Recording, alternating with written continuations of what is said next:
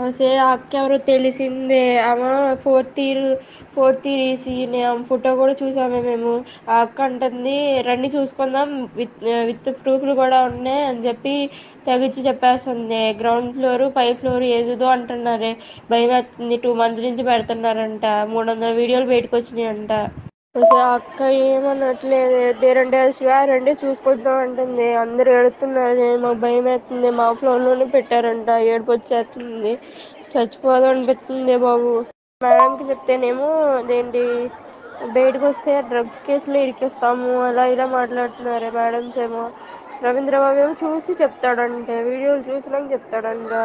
Non attached దాంట్లో పెట్టారంటే. ఏ floor లో పెట్టారో తెలియదే. ఇప్పుడు 300 వీడియోలు అయితే బయటకు వచ్చినాయని మాత్రం అంటున్నారు. సీనియర్స్ ధర్నా చేస్తున్నారు. సీనియర్స్ ఏమో గొడవ పడుతున్నారు. ఇది మేడం వార్డెన్స్ ఏమో కర్రలు పెట్టుకుని ఎమ్మడి పడుతున్నారే. కానీ సీనియర్స్ చాలా మంది ఏడుస్తున్నారే. 300 వీడియోలు 2 నెలల నుంచి జరుగుతుందంట. ఆ పిల్లేమో పొలిటీషియన్స్ అంట. మరి తెలియట్లా, అందుకనే భయపడుతున్నారు ఎవరైనా అడగడానికి. అంటే ఫేక్ న్యూస్ అంటున్నారే. ఫేక్ న్యూస్ చూసి చెప్తాం. ఏ మాటలు మాట్లాడుతున్నారు. అదే ప్లీజ్ ఎవరన్నా ఎవరి దగ్గరన్నా వీడియో ఉందేమో కనుక్కోండి. ఇక్కడ వీడియో ప్రూఫ్ చూపిస్తేనే మాకు మమ్మల్ని పట్టించుకుంటారంటే, లేకపోతే పట్టించుకోరంటే.